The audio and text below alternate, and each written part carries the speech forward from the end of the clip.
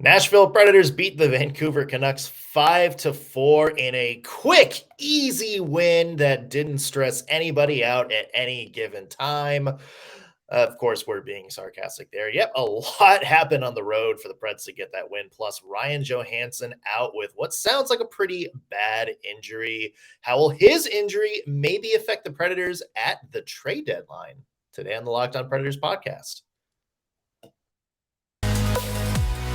Your Locked On Predators, your daily podcast on the Nashville Predators. Part of the Locked On Podcast Network, your team every day.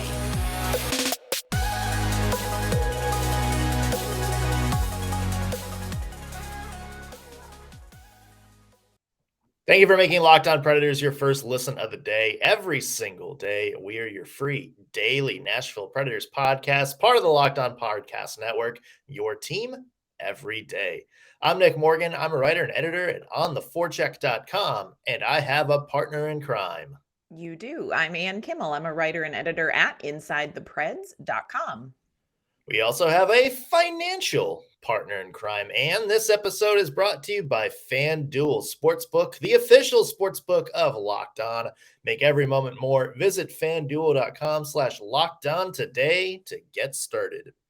And speaking of FanDuel and bets, yesterday we had our Make Your Own Parlay episode, and we hit on a few things. We did. Yeah, we did. So there's positive. I think we might have been the only people celebrating when Vancouver tied it with like 30 seconds left to go. Hey, we hit our blown lead over twice today. Look at us. Twice. We're like air high-fiving while everybody else is pounding their head into the keyboard. Yes. Yeah. We were celebrating with our millions, but we decided to come back to work today to talk about the game. Look at us. Also hit the over on the goals scored. So yay us. We had a dumb penalty, which, yay us. Happen. Let's get to the game itself, shall we? Because there's a lot to talk about from this one. As we mentioned, Predators starting off hot, going up 2-0. Surprise, surprise. Vancouver came back and tied it up. But right after the Canucks tied it in the second period, Nino Niederreiter with a very clutch goal, just 12 seconds after the Canucks tied it to make it 3-2 Preds. Mikael Granlund added another one in the third. It looked like the Preds were going to ride out a nice 4-2 win. And then with the Canucks goalie pulled, 2 goals in the last minute and 3, both at 6-on-5. Vancouver tied the game. No goals in the overtime. Went to a shootout. Matt Duchene, the only player to score. Preds escape with a 5-4 win. And give me one word to describe the game. That game was a whole thing, but that's not my one word. That game was a whole thing. With 2 minutes remaining, it felt one way. As time ran out in regulation, it sure did feel another way. But for me, the takeaway story from this is my one word, and that is last night's game was a coming-of-age story, which is a phrase that you hear a lot when referring to literature. People talk about it. My favorite book is To Kill a Mockingbird. That's a coming-of-age story where a child learns some sort of truth about the world around them, something heavy or something profound about the world around them. And I felt like last night's game was a little bit a coming of age story for the Nashville Predators, because you had these younger players, these more peripheral players like Cody Glass and Cole Smith, who just to throw it out, Cole Smith had the first goal of the game. And I also think Cole Smith had the best game of his season. Absolutely. Last night. 100%. Best game of his season. One of the best players out there for the Nashville Predators. You also had Tommy Novak and Phil Tomasino. And it was this 60 plus minutes of a coming of age story where you see these younger players and more peripheral players looking at each other and having this realization, like, if we're going to win this game, it's on us. Yeah. This game is not going to be won by the veterans, by the big stars.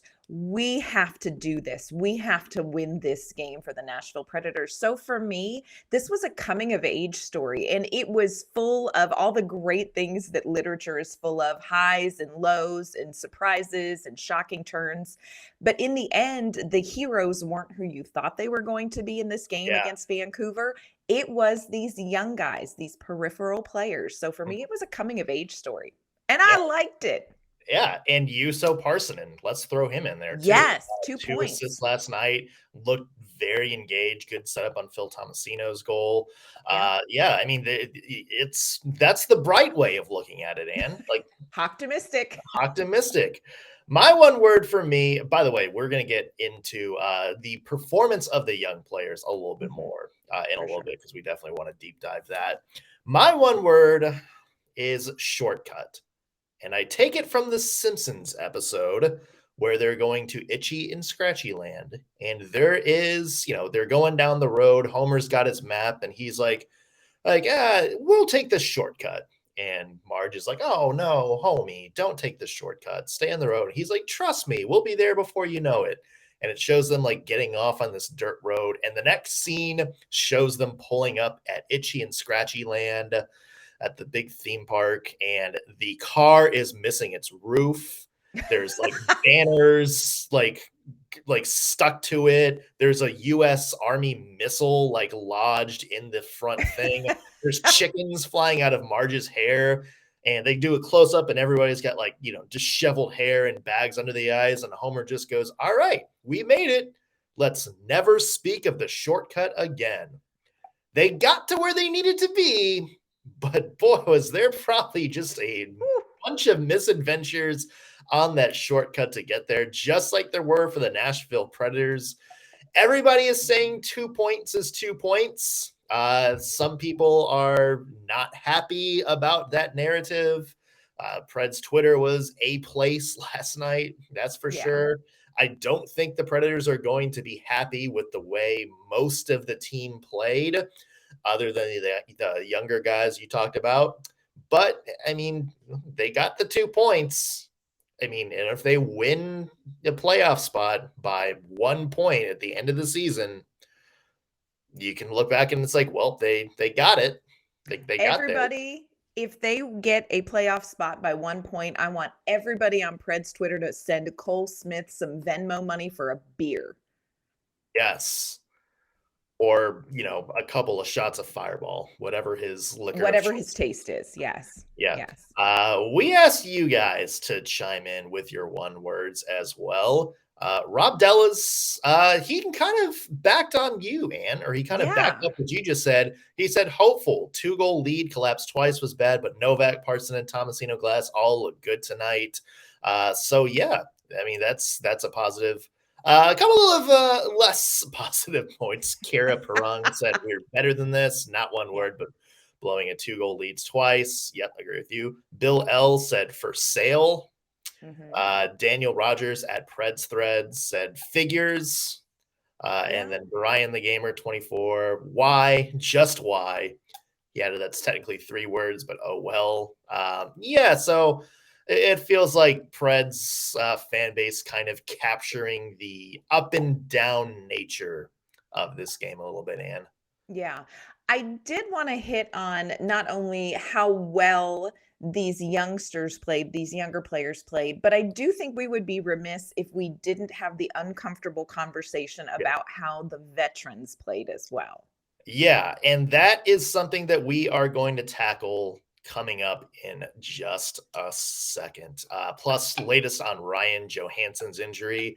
Doesn't look good, doesn't sound good. So what might the Predators' strategy be without him moving forward? And will it impact the trade deadline at all?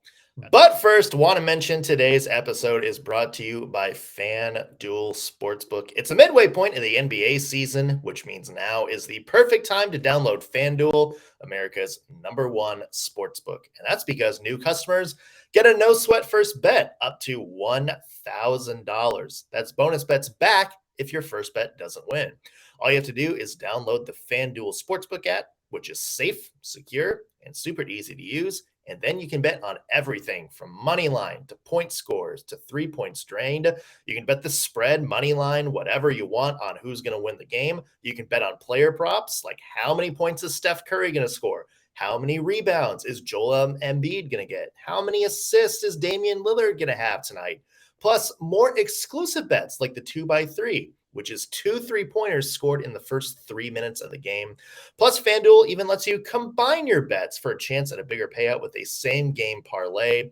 So don't miss a chance to get your no-sweat first bet up to $1,000 in bonus bets when you go to FanDuel.com/lockedon. Again, FanDuel.com/lockedon to learn more. Make every moment more with FanDuel, an official sports betting partner of the NBA. All right, and we mentioned before the break, we highlighted a lot of young players who did have good games, but I feel like we would be remiss if we did not mention perhaps the reason this game was a little more cringeworthy than it should be. There's just a lot of bad play by players you're paying to give you elite play. Yes. We were watching the game unfold, and one of the things that we noticed is the line that seemed to struggle the most was the Ryan Johansen and Duchesne line. And we can call that the money line if we want to, because you're paying an awful lot of money for that line, and it just did not produce. Now, I know Johansen left with injury, but even while he was in there, this was a line that did not execute well. It's execution for me. And it's little simple things like passing. Instead of really connecting on a pass, tape to tape on a pass, it's more of like, hey, I'm going to toss it to you. It's just almost more of a comfortableness, not a confidence. And you don't see that as much with the younger players because they are proving something. They are proving, whether it's to themselves, to the coaching staff, to their families, to whatever, subconsciously, they are proving it. They are executing, I think, a little bit better. And here's my thing. Even when the younger players make a mistake, they make a wholehearted mistake. You know, I had a choir teacher that used to say, if you're going to sing bad at the top of your lungs. And I'm here for that with these younger players. Like, if they're going to make a mistake, they are all in on that mistake. They are 100% playing hard and screwing up. I am here for that. I have grace and abundance for that. It feels like straight eye test, folks. I'm not going to unfurl the charts, but it feels like straight eye test. You don't have that wholehearted 100% in going on last night with that top line. And I feel like these are players that we've sort of danced around that with this season, like wholeheartedly. And it's not lack of talent, because we have seen them do it. You can see the difference between 100% invested, 100% in, 100% hungry, and comfortable. And I think maybe it's just a subconscious comfortable playing hockey thing. I don't know. I don't know what it is. And I don't know how you coach out of it. Well, it's one of those things where one reason that I think so many people want to trade is just to make things uncomfortable for this team, you know, eliminate some of the complacency. You know, that I think that in itself is a big reason why people want a shakeup. Is just it seems like there's too much contentedness. I mean, we heard some rumblings of players being very unhappy with the team last year when Victor Arvidsson and Ryan Johansen got traded, and some awkward moments when Duchesne and Johansen didn't get protected. And then, to make matters worse, the Seattle Kraken didn't take either of them. They're like, nope, absolutely not. And so, you know, but what happened the following year? I mean, the Preds got off to like one of their best starts. You had all these people with statistical fantastic seasons. And then I mean, is that not kind of what you need to happen there? Yeah. Yeah. And I don't know. I do want to say, obviously, when you're sending your top line out of Granlund, Duchesne, Johansson, those are three players that the other team has scouted. Those are the three players that are going to draw your best defensemen. Those are the three players that they're really going to play up on. But it wasn't even so much that they were outplayed by their opponents last night. Yeah. It feels like they are not outplaying. You know what I'm saying? And I wish I could quantify it. Well, and here you go. According to Natural Stat Trick last night, Mhm. Matt Duchene, Ryan Johansen, Mikael Granlund on that line together, 5-on-5. 0 Corsi for, 8 Corsi against. Okay, Which is there's essentially quantified. which is essentially mean they did nothing, and the people that they were going up against on the other team did a lot. Did a lot. Yeah. Yeah. Let's I don't talk know. about It's the juxtaposition last night of the veterans and the younger players that I think that is almost more alarming to me than the fact that it took the Predators a shootout to beat Vancouver. Yeah, agreed, 100%. Let's talk about the Ryan Johansen injury. Kind of gruesome for those of you who didn't see it. Ryan Johansen looked like he was slashed with a skate blade across the side of his leg. Totally accidental. Vancouver player was falling. His skate went up and just kind of nicked Joey going across. Did not look good going off the ice. You could just see him in a lot of pain, kind of huddled almost in the tunnel, like having to, get support from some players and some staff members to get down there.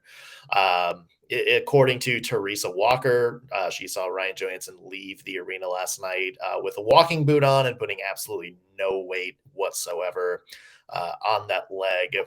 John Hines said afterwards that he thinks it could be potentially a serious injury. And that changes, a lot of things. Not only that, you lose some depth down the middle. Ryan Johansen, who's, a very capable two-way center, your best face-off guy, Yes. a guy that you put out there late in the game in a lot of different situations. But yeah, you already don't have Forsberg. Now it sounds like you might not have Johansson for a little bit. What's the impact that this has on the team? Because I'm sure there's some multiple layers to this. There are multiple layers to any sort of long-term Johansson injury, which of course we are hoping it is not. But I will say, just from what we have heard, what we have seen, I think Predators fans need to be prepared that Johansson's not going to be bouncing back into the lineup immediately. And again, we'll wait and see what we hear later today from John Hines. But the consequence of this injury is actually relatively significant in some ways. In other ways, it may be an opportunity. I think when you look at how the lines unfolded, Johansson was your 1C last night with Granlund and Duchesne. You have to be able to say Glass, Novak, Sissons, those are all really good, solid centers that, you can kind of shift them around, bump them up. And in that respect, it's not the same as having Johansson, but you've got some really well executing centers right now. Are they young? Yes, except for Sissons, who's not old, but he's hockey old. Yeah. So I think in that respect, of course, it's not going to be the same thing, but that's a little bit easier. You hit on the thing that I think is going to be the most difficult for the Nashville Predators with Johansson out of the lineup, and that is the face-off circle. Right. That I think, you set aside assists, you set aside goals, you set aside, being a great top center, 1C, a great line mate for that top line. You are losing somebody who is magic in that face-off circle. He is who you send in those tough moments. And, who does Nashville have that's as good? Nobody. I mean, Colton Sissons is very good. So you do have Sissons, but, Glass is still kind of getting there. Novak is young and getting there. You're losing one of those kind of peripheral skill sets that's actually really important when it comes to things like possession. When you've got a defensive zone face-off, you want Ryan Johansen in that circle, friends. Absolutely. Trade deadline is coming Woof. up next week too, and like it sounds like Philip Forsberg is going to be back in lineup, but if you don't have Johansen, it's going to be a tricky thing for David Poile to navigate. And I know a lot of people are saying, if we're not going to be good enough to be in it, we should trade so-and-so, whatever. This shouldn't impact anything. But, you're going to want some veterans to kind of carry some of the load for these young players so you don't just, have a burning trash fire that Jusso Pärssinen and Tommy Novak and Phil Tomasino are trying to claw their way out of, that they have some veteran help there to, carry some of the burden. And if Johansen's out, I don't think Johansen was going to get traded at the deadline anyway. I think that contract is going to be a summer project for David Poile if he decides to move it at all.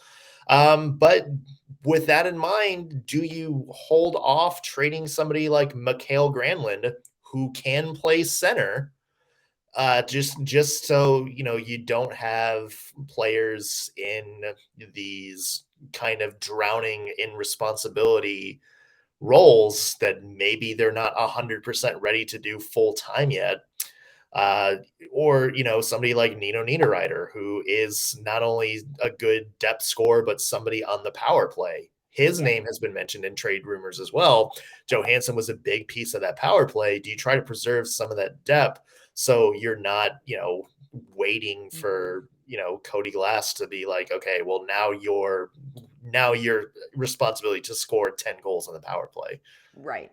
Right. And I think you're absolutely right. You look at this injury to Johansen, and like we said, hopefully it is going to be an easy fix, but let's prepare for the worst, hope for the best. It isn't so much, oh, great, Johansen's off the table, because let's be honest, like you said, that's a project. Moving that Johansen contract would be a project. Yeah. But where it is scary is things like Nino Niederreiter and Mikael Granlund, because you absolutely change the dynamic of the team dramatically when you got Johansen out. And then if you trade a Granlund, or if Nino Niederreiter wants to go somewhere else, that changes everything. And let's face it, I mean, I know I'm a optimist.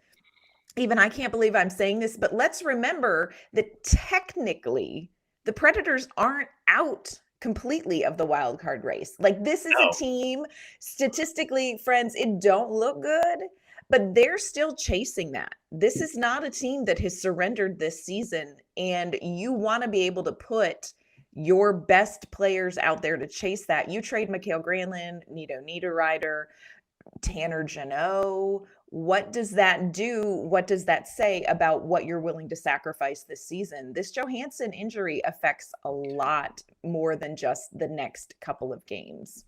Yeah, and David Poile, say what you will, say what you want about what the Predators should do at the deadline. David Poile's history shows that he does not like tearing things down if the Predators are in the conversation. And can we talk about the defense for a second? Yes. Because what's been the bread and butter for the Nashville Predators since, 2003, 2004? You know what? We may not have elite scores. We may not have flashy players that are going to just run up and down the ice, but we will make it incredibly difficult to get shots on net. Yeah. And we will make it incredibly difficult. Even if the shots on net go through, we'll have an elite goaltender that will make it incredibly difficult for those pucks to go in the net. It is just night and day with the Nashville Predators defense this season. They are now 7th worst in the NHL in terms of expected goals allowed. They are 5th worst in Corsi against per game, which, is basically shot attempts per game. And the fact that they're like 14th or something in actual goals allowed per game tells you that UC Saros should be getting a fruit basket. But this defense, and to me, it's becoming more and more and more of a story throughout the season because it's not getting better. And you have guys like Matthias Ekholm, who, the stats show he is having a pretty solid stay-at-home defensive season. But you also have guys like Roman Josi, who, this guy was a Norris winner in 2020, not because of his like high scoring prowess, but because when you looked at stats, he was one of the better two-way players. Yes. And it's mind-boggling to me with all like the talent on the defensive core, guys like Roman Josi, guys like Matthias Ekholm, guys like Ryan McDonough, who was, in Norris conversations, 6-7 years ago. It's just incredible to me that this defense can't shut anybody down. I mean, it's like this game after game after game where it's just 35, 40, 45 shots allowed. Yeah, I would agree with that. And it's a little bit baffling to me, because you can say it's because, we've got these younger defensemen and we've lost Mark Borowiecki, and Mark Borowiecki is a huge loss on defense, not just on ice performance, but just as far as kind of the heart of the defenseman. But it isn't just Jeremy Lauzon. I know Jeremy Lauzon has had a couple of rough games. Jeremy Lauzon has also had some pretty good games. Yeah. But, Dante Fabro last night took some unfortunately timed penalties. Alexander Carrier, he's been out. He's only played, 40 games, 40-some games this season. So he hasn't been in the lineup like the Nashville Predators would like him. And this, I hate to say it, but I will say Roman Josi did not have a particularly great game defensively last night. And that's not the only kind of rougher game that we've seen him have. Now, they're whole people. They got whole things going on and grace and abundance. But yeah, this defense as a unit, it's not what Nashville is known for. It's not executing as the defense that when you come into Nashville, you're going to have to work for it. It doesn't feel like that this season. Is that strategy, or is that just, did something change when the Predators went from Pierre Laviolette to John Hynes? Because you say what you want about Pierre Laviolette, but the Predators were pretty stingy defensively. I mean, even back then, remember the game 1 of the Stanley Cup final where Pittsburgh went 30 minutes between shots on goal. Yes. Yeah. And, you think back, and even the year that, Roman Josi won the Norris, he had a lot of points, but he had a lot of good stay-at-home defensive skills. He had Ryan Ellis with him too. Right. So did something change in the strategy, the way the Predators are playing? I mean, we talked like Yossi's role has changed a little bit. John Hynes asking him to sell out a little bit more and jump into plays. But at the same time, is he leaving his goaltending out to dry by doing that? Or is this just this Preds defense not quite what they were a few years ago? There's no PK Subban, saving the cavalry. There's no Ryan Ellis, right? Kind of being the shutdown guy for that top line. Is it, that? Is it that they don't have the talent anymore, or is it that something is different in how the Preds are playing? I think it's probably a combination of all that. I do think you have to acknowledge the fact that this defense, without PK Subban, without Ryan Ellis, and not just them as individual players, but with the partnerships that they had defensively, that made the defense really good. And you've lost something that you're trying to rebuild there. I also think with Roman Josi's last season, Roman Josi was the play driver offensively. He was the playmaker. He is what the offense ran through.